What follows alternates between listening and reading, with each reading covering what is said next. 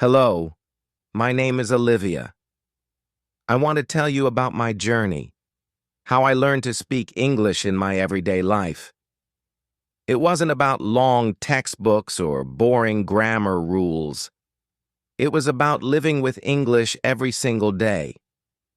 When I first decided I was going to speak English in my everyday life, I didn't start with big, complicated lessons.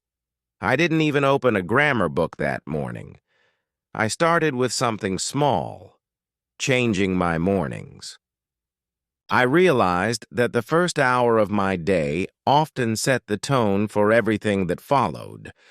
If I began my day feeling tired, rushed, or distracted, that mood would stick with me for hours. And if I wanted English to become part of me, I had to start it the moment I woke up. I remember that first morning clearly. The sun was just beginning to come through my bedroom window, casting a warm glow over the walls. My phone alarm went off, and instead of hitting snooze like I usually did, I reached for my earbuds. The night before, I had downloaded an American morning show podcast, a light, cheerful one where the hosts talked about everything from the weather to what they cooked for dinner. My plan was simple. Before I even got out of bed, I would let English fill my ears. As I lay there listening, still half under my blanket, I noticed something. At first, I couldn't understand every single word. The hosts were speaking quickly, joking with each other, and sometimes their voices overlapped. But I didn't pause or rewind. I just let the rhythm of their speech wash over me. I realized English wasn't just about individual words, it was about tone, pauses, and expressions. When they laughed, I could tell it was a warm, friendly laugh, and even if I didn't catch every punchline, I understood the feeling. After 10 minutes, I finally sat up and reached for my coffee mug. My morning coffee ritual had always been in silence, but that day, I decided to narrate what I was doing, in English. I said quietly to myself, "I'm pouring hot coffee into my favorite mug," and then I smiled because it sounded so simple. I had never spoken English before my first sip of coffee, but now it felt like I was inviting a new friend into my day. I kept going. As I made breakfast, I told myself in English what I was cooking. I'm making scrambled eggs. I'm slicing strawberries. I'm putting toast in the toaster. At first, I felt a little silly talking to myself. It was just me and my kitchen. But after a few days, it didn't feel silly at all. It felt normal. One thing I learned quickly was that speaking English in the morning wasn't just about practicing words, it was about thinking in English. For example, if I saw the bright sunshine outside, I didn't think, "The sun is shining" in my old language and then translate it. I trained myself to think it directly in English. The sun is shining. It's going to be a beautiful day. To help myself, I started putting little reminders around my home. On the fridge, I stuck a Post-it note that said, "Good morning." On my bathroom mirror, I taped another one that said, "Smile, it's a new day." These tiny messages reminded me that my morning routine was now in English. Some mornings were harder than others. There were days when I woke up late and didn't feel like talking at all. But even then, I made sure to say at least one full sentence in English before leaving my bedroom. It could be something as simple as, "Today is Tuesday," or "I'm going to wear my blue sweater." It wasn't about being perfect. It was about being consistent.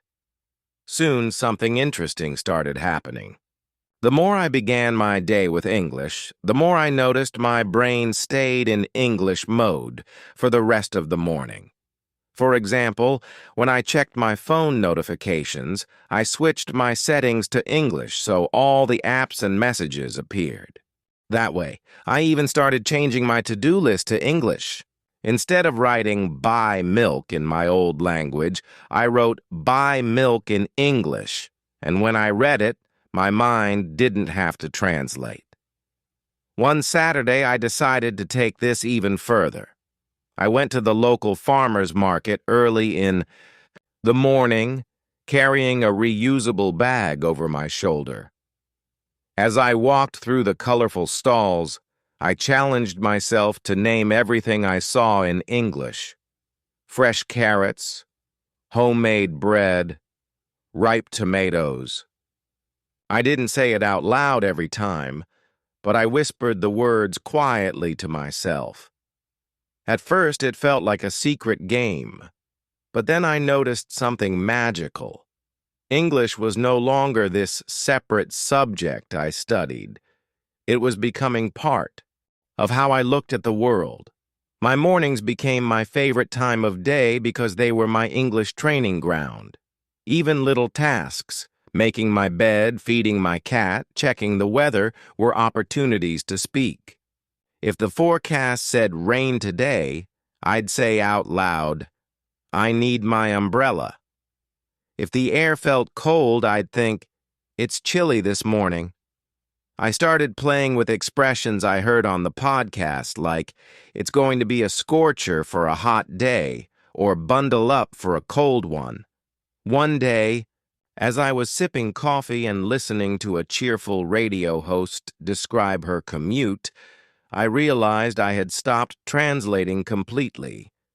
I wasn't thinking about my native language at all. I was just listening and understanding. It wasn't perfect, but it was real. That was the first time I truly believed I could become fluent if I just kept living this way.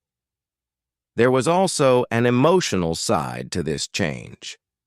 By starting my day in English, I felt more connected to the world outside my own bubble. Listening to American voices talk about everyday things, their favorite pizza places, their kids' soccer games, the traffic on the highway, made me feel like I was part of that life. Even though I wasn't physically there, I could picture it. It wasn't just learning English, it was stepping into another culture from my kitchen table. Of course, there were funny moments, too. Once, while cooking, I tried to describe in English what I was doing, but forgot the word for spatula. I stood there waving it in the air, saying, "This thing. I'm turning the eggs with this thing." Later that day, I looked up the word and wrote it on a sticky note, which I stuck right on the spatula handle. From then on, every time I used it, I'd say the word out loud, spatula. Now I'll never forget it. I began to realize that mornings were powerful because they were mine. Before work, before messages, before other people's demands, I had time to focus. If I wanted to build a new habit, this was the best place to start. So, I made it a rule. The first hour of my day belonged to English.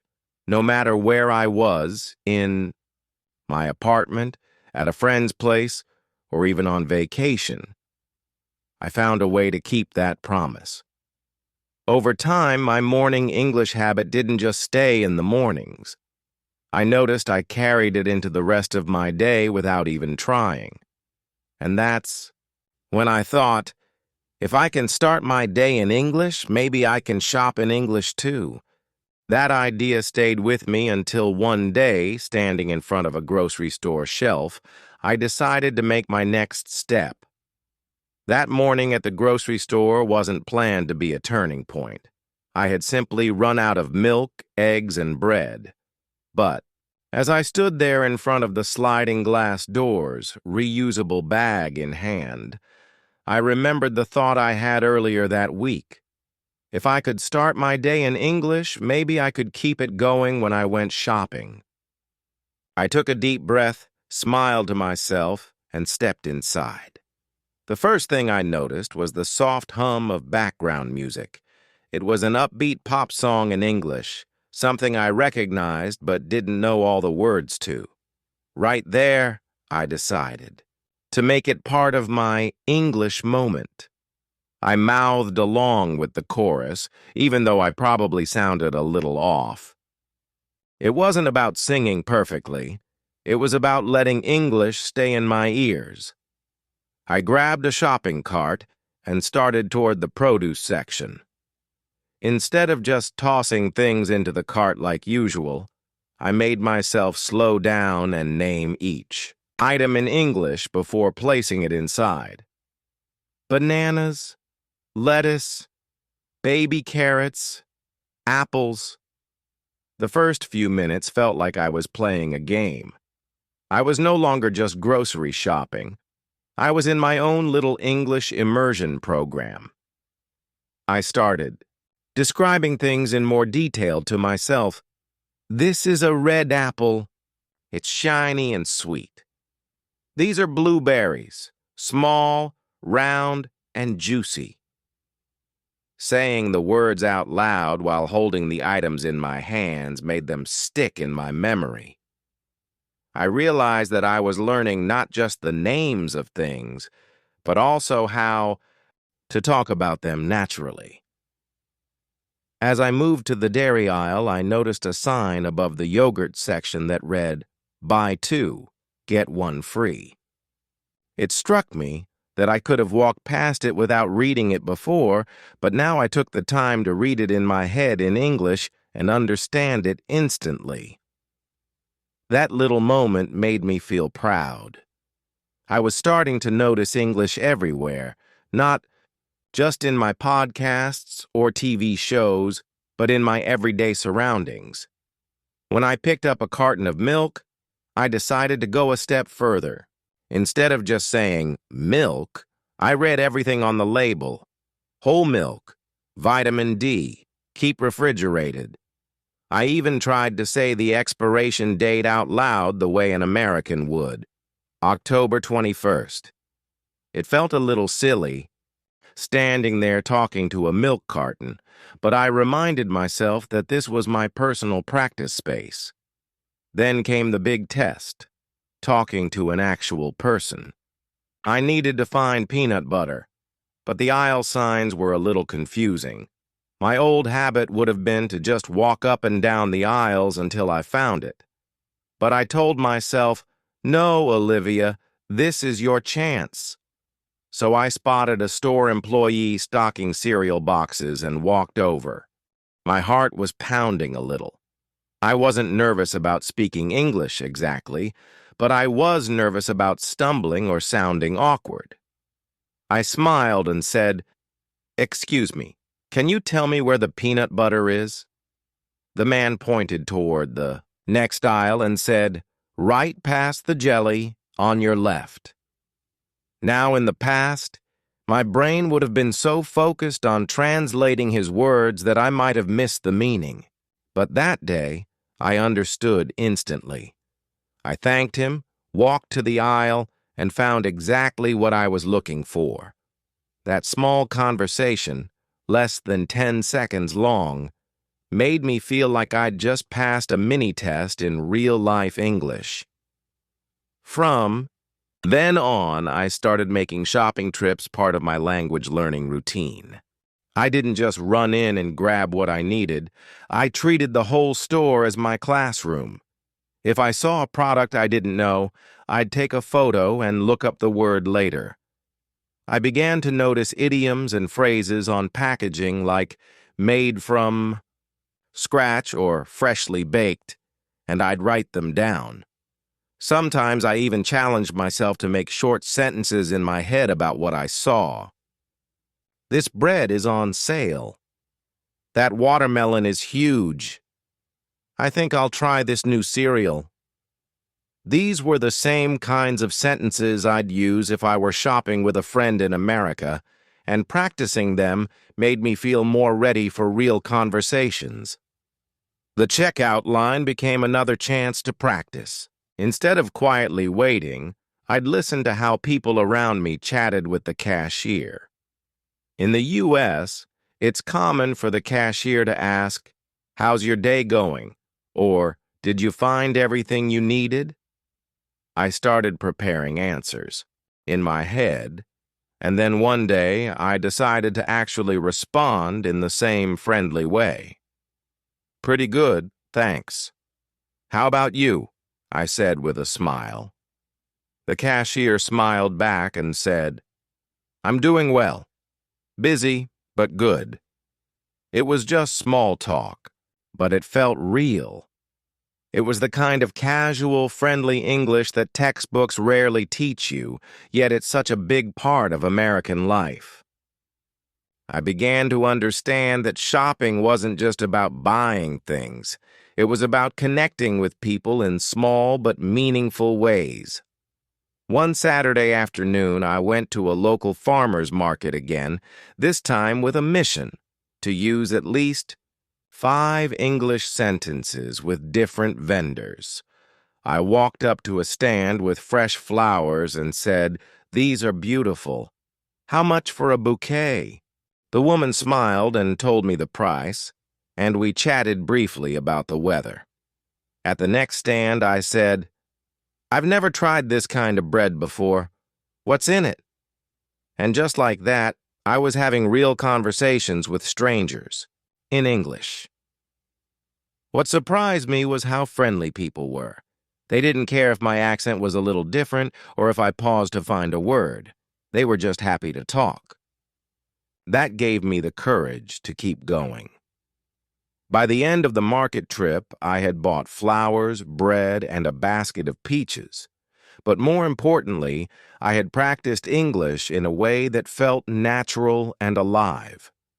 Over the weeks, I noticed my confidence growing. I no longer avoided asking for help in stores. In fact, sometimes I asked questions just for the practice. If I couldn't find something, I'd ask an employee instead of wandering around. If I wasn't sure how to pronounce a brand name, I'd listen carefully when someone else said it. I also began to think about how Americans talk about shopping, not just the words, but the little expressions they use. I started using phrases like, "I'm just browsing," when I wasn't ready to buy something, or "Do you have any sales today?" when I was looking for a deal. These phrases made my speech sound more natural, and they came directly from observing and listening to real interactions. One afternoon, as I was leaving the grocery store with my bags, I realized something. My shopping trips had become more than errands. They were real-life English lessons where I wasn't just learning words, I was living them. I wasn't in a classroom, but I was practicing in the exact kind of environment where I'd need to use the language. And just like my mornings, my shopping experiences began to spill into the rest of my day. I found myself repeating new words I'd seen on labels or signs, and sometimes I'd even try using them in other situations. For example, after learning the word ripe for fruit, I used it later to describe a situation in a conversation. "That's the perfect time. It's ripe for opportunity." That's when I realized I was starting to think like an English speaker, making connections between everyday language and bigger ideas. The more I practiced in these simple, daily situations, the more natural it became. And the more natural it became, the more I wanted to challenge myself. I began to think, if I can shop in English without stress, maybe I can watch and copy real conversations next. That thought stayed with me until one afternoon, while unloading groceries at home, I turned on my favorite American TV show, and my next step began. When I got home from that grocery trip, my kitchen counter was covered with bags: bread, fruit, milk, peanut butter, and a dozen little reminders of my new habit of shopping in English. I was putting away the milk when I realized that I still had the rest of the afternoon free. Usually, I might have relaxed by scrolling through my phone or doing something in my native language, but that day, I had a different thought. If I can handle shopping in English, maybe I can take it further. I poured myself a glass of iced tea, sat down on the couch, and opened my laptop. I knew exactly what I wanted to do. Watch real conversations and copy them.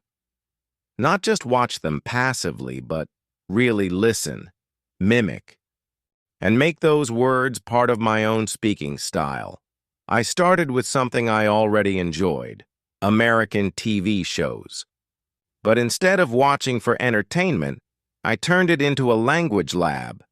I picked a light-hearted sitcom, one where the characters talk like real people, not like in a formal news broadcast. My thinking was simple.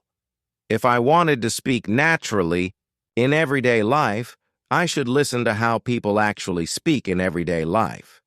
The first episode I watched, I kept the subtitles on in English. I played each scene twice. The first time, I listened and watched the characters' faces.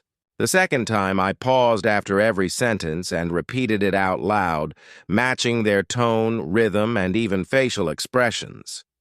At first, it felt strange, like I was acting in my living room with no audience. But the more I did it, the more fun it became. There was a scene where a character greeted her friend by saying, "Hey, stranger, long time no see." I loved how warm and casual it sounded. I said it out loud 5 times, trying to get the same friendly tone. Then I wrote it in my notebook as one of my ready-to-use sentences. That night, I also noticed something else. Real conversations are full of small, quick phrases that carry a lot of meaning, but are often skipped in textbooks. Things like, "You've got to be kidding me." "No way." "That works for me." Or, "I'm in." These expressions are short, but they're powerful because they make you sound like a native speaker. So I began a little daily ritual. Every evening, I'd watch one short clip of a show or a YouTube vlog where people spoke casually. I'd listen carefully, pause, and repeat. Sometimes I'd even stand in front of the mirror while I practiced, paying attention to how my mouth moved. I wanted my speech to sound smooth, not stiff. One night I discovered the magic of shadowing. Shadowing is when you listen to someone speak and repeat what they say at the same time, almost like singing along to a song. It's challenging, but it forces you to match the speaker's speed and rhythm. I tried it with a short video of 2 friends planning a weekend trip. A. "What time should we leave on Saturday?" B. "I was thinking around 9. Does that work for you?" A. "Yeah, that's perfect. I'll pack snacks." I replayed the video again and again, speaking right, along with them, until my voice blended almost perfectly with theirs. By the 5th time, I could feel my mouth moving more easily. The words weren't separate anymore. They were flowing together like they were supposed to. After a couple of weeks of this, I started noticing results in the real world. When my neighbor asked, "Do you want to join us for coffee later?" I didn't have to think. I just said, "Yeah, that works for me." Exactly like the characters in the video. It felt natural, and she didn't even blink. It was just normal conversation. But I didn't limit myself to TV shows. I also watched real-life videos, interviews, street chats, and even live streams from American creators. One of my favorites was a cooking channel hosted by a cheerful woman from Texas. She'd say things like, "All right, y'all, let's get started," or "That's looking good already." These little bits of regional flavor fascinated me. I didn't copy everything exactly. After all, I wasn't from Texas. But I picked up the friendly, inviting tone she used. Sometimes I even practiced in public. If I was at a cafe and overheard someone order, "I'll have a medium latte, please," I would quietly repeat it under my breath, matching their rhythm. If I heard someone say, "Could you grab me a napkin?" I'd repeat that too. I wasn't eavesdropping for gossip. I was collecting real-life sentence patterns like treasures. I kept a small notebook in my bag where I wrote down these phrases. I didn't write translations, just the sentence in English and maybe a note about when to use it. Soon, my notebook had pages full of everyday expressions. I'm running late. Let's call it a day. That's a good deal. I'm just looking, thanks. The best part was that I didn't just memorize them. I practiced them until they rolled off my tongue without effort. There was one afternoon when this practice really paid off. I was at the grocery store checkout again, and the cashier said, "How's your day going?" Without missing a beat, I replied, "Pretty good, thanks. Can't complain." I didn't plan it. I just said it because I had heard it in a conversation video and practiced it so many times. The cashier smiled like it was the most normal thing in the world, and I walked out feeling like I had just won a small but important victory. This process of watching and copying also taught me something bigger. Language is more than vocabulary. It's tone, rhythm, and even body language. Americans often use gestures while they speak or nod their heads slightly when agreeing. By copying what I saw in real conversations, I wasn't just learning English words, I was learning how to speak English the way people actually do. Of course, it wasn't always smooth. Sometimes I'd try to repeat a line from a show and completely mess up the timing, or I'd mimic a phrase and then forget it the next day. But I learned not to be discouraged. Even native speakers forget things. They just keep talking anyway. So I kept watching, copying, and laughing at myself when I made mistakes. Over time, this habit changed how I heard English. I stopped hearing it as a string of separate words and started hearing it as connected speech. I noticed how going to became gonna, how want to became wanna, and how people used contractions like I'll instead of I will. These details made my English sound smoother and more natural, and it wasn't just about sounding good, it was about feeling confident. The more I practiced copying, the less afraid I was of speaking in real situations. I knew I had phrases, ready for different moments, and I had practiced saying them so often that they felt like mine. One evening, after finishing my practice session, I realized something. I had gone from starting my day in English to shopping in English to now watching and copying conversations in English, and each step had made the next one easier. My mornings gave me the habit. Shopping gave me real-world interaction, and watching conversations gave me the style and rhythm to sound natural.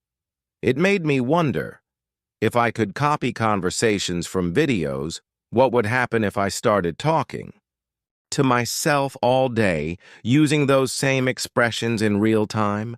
That thought stayed in my mind until the next morning, when I was making coffee and caught myself saying, "All right, let's get started," in English. And just like that, I knew my next step. The morning after my last big practice session, the one where I copied conversations from my favorite shows, I woke up with a strange kind of energy.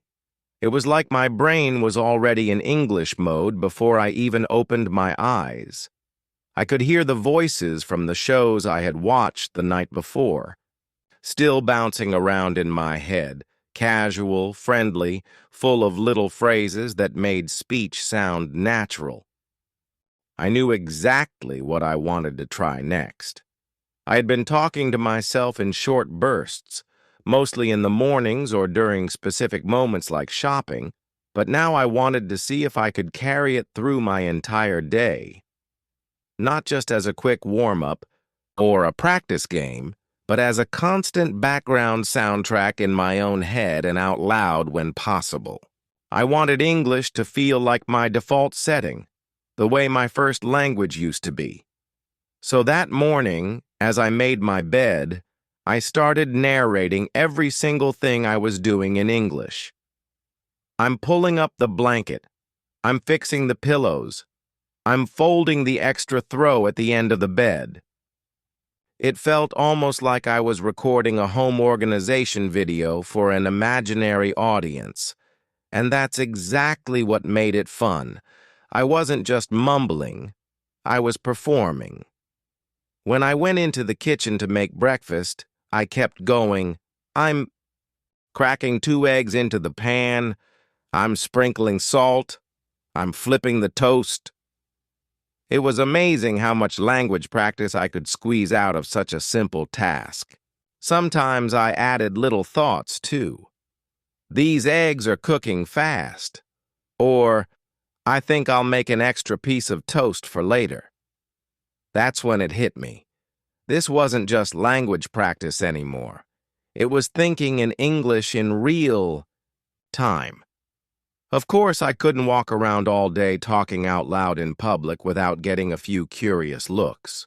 But I realized I didn't have to. Talking to myself silently in my head was just as powerful. As I washed the dishes, I thought in English. The water's warm. I need to buy more dish soap. That plate has a little scratch on it. I wasn't translating from my native language at all. It was pure English thought.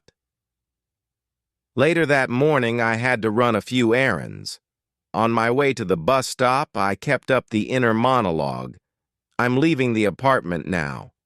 The air feels a little chilly. I see a red car parked by the corner.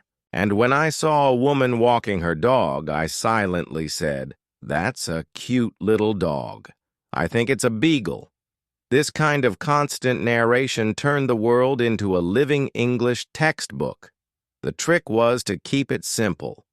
I didn't try to make fancy, complicated sentences. I just said exactly what I saw, did, or felt, the same way I would talk to a friend. This kept the flow going and prevented me from freezing up. If I didn't know a word, I'd describe it instead. For example, one day I couldn't remember the word screwdriver, so I said to myself, I'm picking up that tool with the yellow handle to fix the chair. Later, I looked up the word and added it to my growing list of vocabulary. This habit started to shape my days in surprising ways. Waiting in line at the post office? I'd narrate the scene. There are 3 people ahead of me. The man at the counter is mailing a package. The clerk is wearing a blue sweater. Sitting on the bus, I'd describe the view. The trees are starting to change color. The street is busy with cars. A couple is laughing near the back. It was like having a constant, silent conversation with myself. And it wasn't just about describing the physical world. I began using this technique to rehearse future conversations.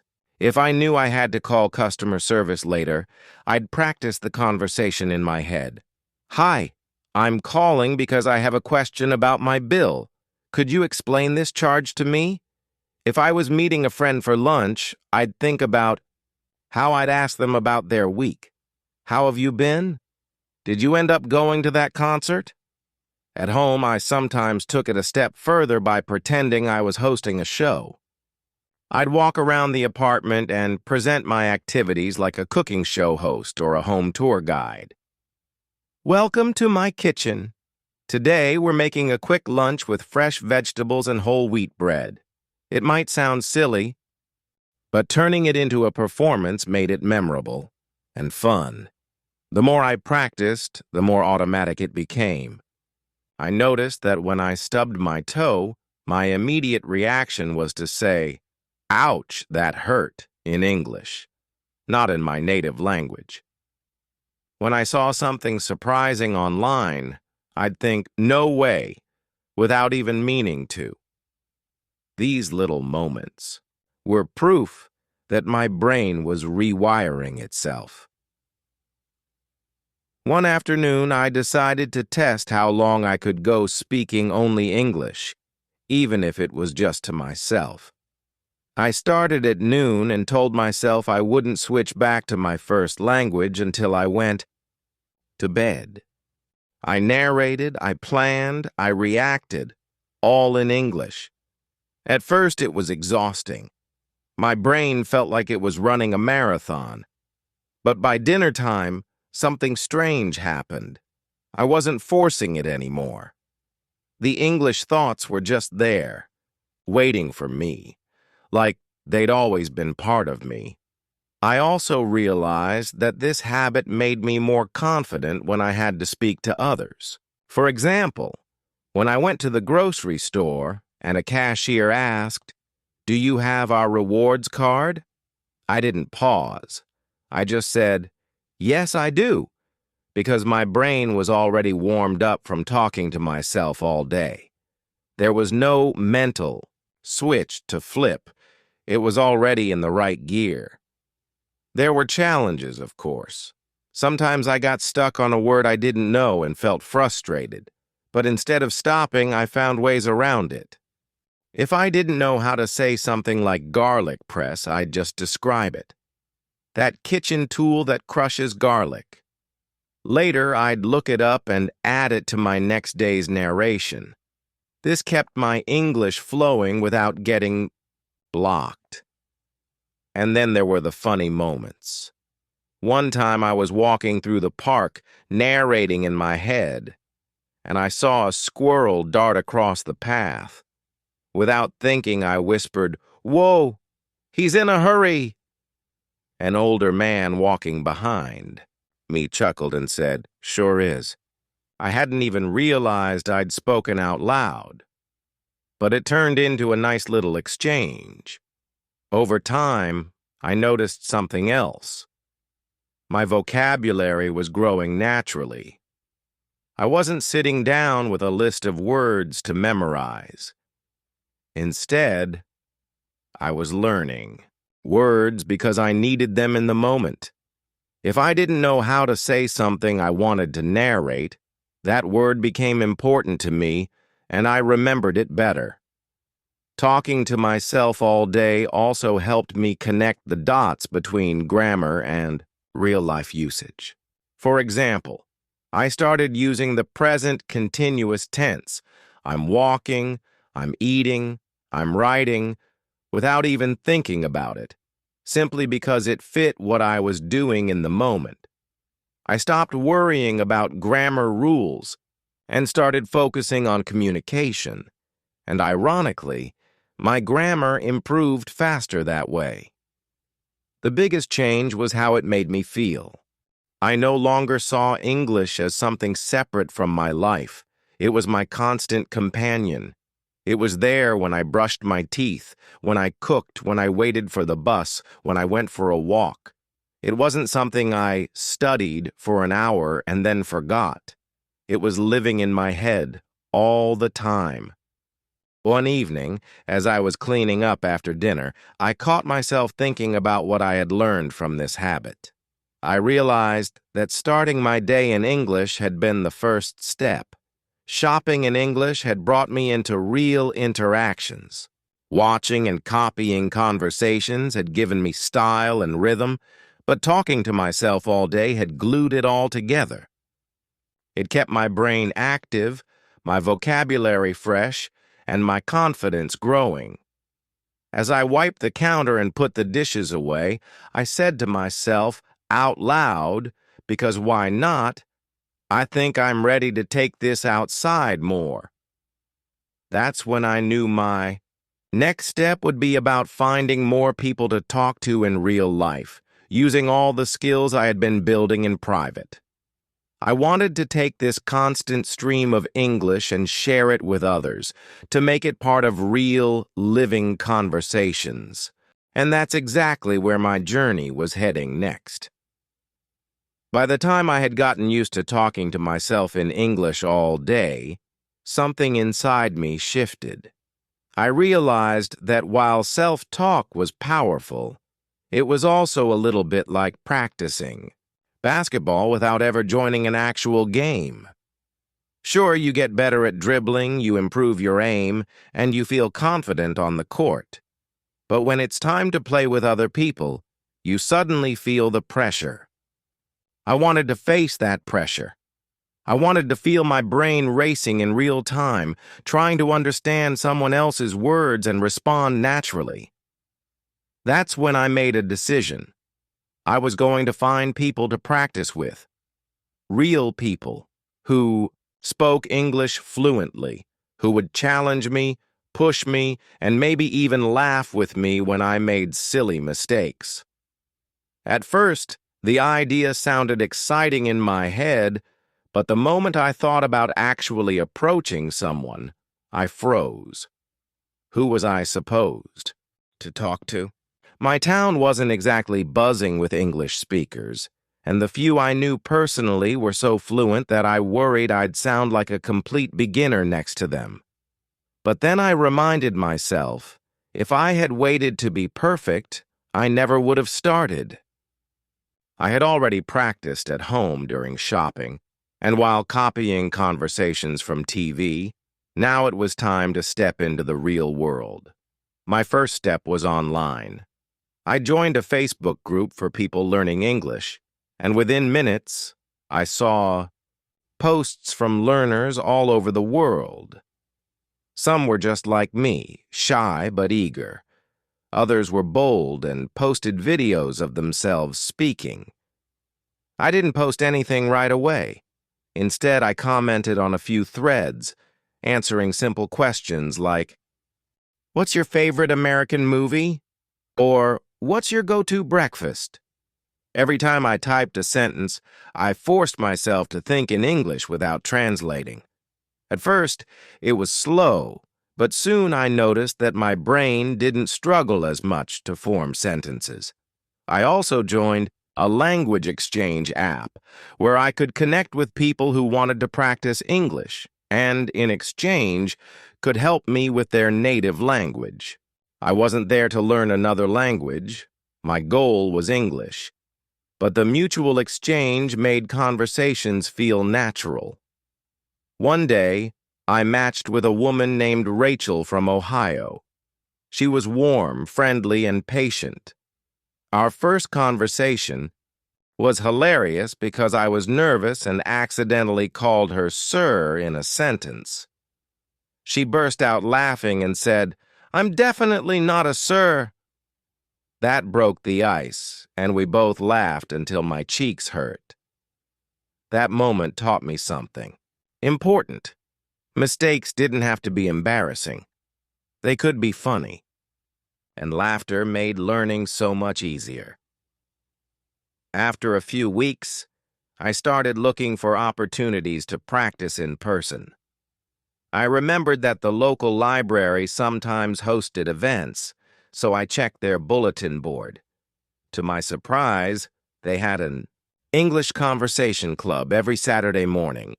The first time I walked in, my hands were sweaty and my heart was pounding. I saw about 12 people sitting in a circle, sipping coffee, chatting, and smiling. The volunteer who ran the group, a retired teacher named Susan, welcomed me warmly. She said, "We're here to help each other, no pressure." We spent the next hour talking about everyday topics, favorite foods, weather, hobbies. I listened carefully, and when it was my turn to speak, I focused on using the same phrases I had heard others use. That club became my safe place to make mistakes. Every Saturday, I would try to use one or two new expressions I had learned during the week. Sometimes I nailed them, sometimes I messed them up. But each mistake was a lesson that stuck with me longer than anything I had read in a book. Susan once corrected my pronunciation of comfortable, and now, every time I say it, I hear her voice in my head reminding me to drop the extra syllable. But I didn't stop there. I started creating my own practice missions. If I went to a coffee shop, I'd challenge myself to strike up a small conversation with the barista. If I took the bus, I'd ask the driver how his day was going. Some people kept it short. Others chatted a little longer, but every interaction was practice. My confidence grew with each conversation, and I realized something magical. The more I practiced with real people, the less I thought about grammar rules, and the more I focused on connection. The biggest breakthrough came when I joined a local volunteer group. We were organizing a community cleanup, and most of the other volunteers spoke English. Working side by side, we naturally started talking about the weather, about the trash we found, about our weekends. Because we were focused on the task, I didn't feel self-conscious. The words just flowed. That day, I even told a joke in English and people laughed, not because it was awkward, but because it was actually funny. Over time, practicing with real people taught me lessons no textbook could offer. I learned how to read facial expressions and body language, how to use fillers like "you know" or "I mean" to sound more natural, and how to keep a conversation going even when I didn't know every word. I also learned that people were far kinder and more patient than I had feared. Most native speakers admired my effort and encouraged me, which boosted my motivation even more. Eventually, practicing with people became a natural part of my life. It wasn't just a learning exercise anymore, and it was how I lived. I made friends from different states, shared stories, swapped recipes, and even started helping new learners by giving them tips I had picked up along the way. One of the most rewarding moments was when a beginner told me, "You speak so naturally. I hope I can talk like you one day." I smiled because I knew exactly how she felt, and I knew she could get there, just like I did. By surrounding myself with real conversations, real laughter, and real connections, my English stopped being something I studied and became something I lived. I was no longer just a learner. I was a communicator. And now I was ready for the next step in my journey, a step where all these skills would come together in ways I never imagined.